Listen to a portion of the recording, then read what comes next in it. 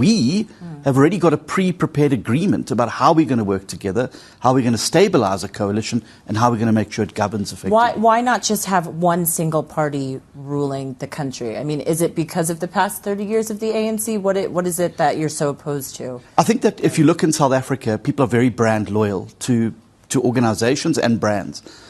It would be, I think, foolhardy a year before an election to form a totally new party and expect it to get the name recognition and the traction. I mean, we're seeing a lot of new parties. We are seeing a lot of new parties, and we're seeing the fact that they're not making the breakthroughs that people would expect them to, precisely because they're unknown quantities.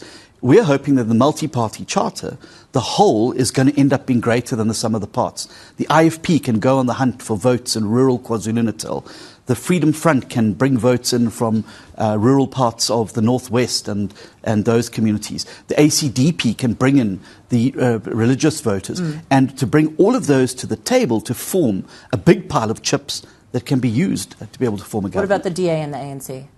No, we don't want to be in government with the ANC, and that's precisely... So that is out of the question? No, it's precisely why we formed the multi-party charter. My job is to get the ANC out of government. I don't think we're going to solve the country's problems by having the same people who are responsible for the economic crisis, the social crisis, and the infrastructure crisis sitting around the table. We've got to change them. And that's why the multi-party charter has said we will not do deals with the ANC or the EFF. What if we see a scenario where the ANC still is somewhat in the majority? Is the DA going to rule out working with the We will go back to the multi-party charter and we will decide on what the best option for it. It may be a minority. Maybe we could form a minority government as a multi-party charter. I just think there's too many unknowns at this stage to say my focus is on getting the ANC way below 50% and getting a new set of people around the table so we can get our country off this low growth, high debt, high unemployment trajectory